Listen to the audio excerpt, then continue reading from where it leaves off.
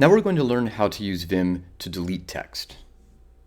As with every other category of text manipulation, there are a huge number of options, but we're going to focus on just the most essential ones. Let's reload our bash profile. You can do bang v if you want for the last Vim. Let's move to the end of this line with $, and press I.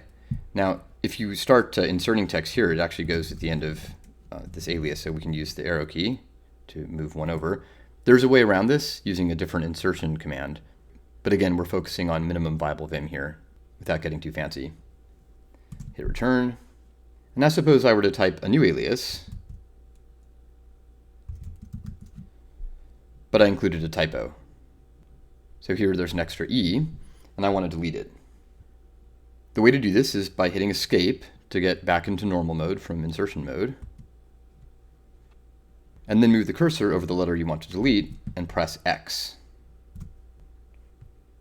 This might not seem very intuitive, and indeed it's not, which is one of the many reasons why I don't recommend Vim for complete beginners. Of course, it's the kind of thing that you get used to eventually, but it does make Vim less accessible. The other delete command I consider absolutely essential is the command to delete a line, which involves pressing the D key twice. Like that. Then we can do :Q to quit as usual. In this case, we actually deleted a line, but we don't really want to save that change, so we can do :Q !